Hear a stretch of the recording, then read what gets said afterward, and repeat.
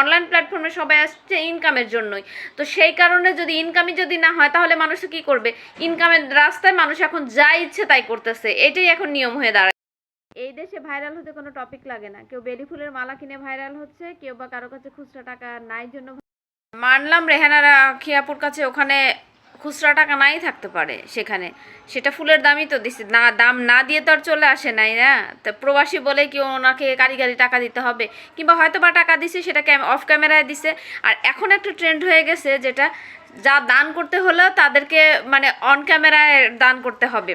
কেন? তার কিছু মানে নিজের পার্সোনালিটি থাকতে পারে না, সে তো চাইতেই পারে যে আমি অফ ক্যামেরায় দান করব, কাউকে দেখাবো না।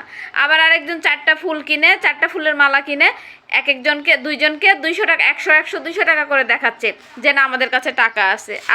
দেখবেন যে যারা গুছিয়ে ভিডিও বানাচ্ছে, গুছিয়ে কথা বলছে, একদম সব কিছু খুব সুন্দর মতো উপস্থাপন করতেছে, তাদের ভিডিওতে দেখবেন যে ভিউ নাই, তাদের কোনো কিছুই না। আবার দেখবেন যে যারা আনফর্চুনেটলি যা ইচ্ছে তা চলতেছে, সেইটা নিয়েই পাবলিক একদম টপিকে উঠায়, মানে পুরো একদম ট্রোলের শিকার করে ফেলে, সেটা মানে ভাইরাল চলে একদম অবস্থা।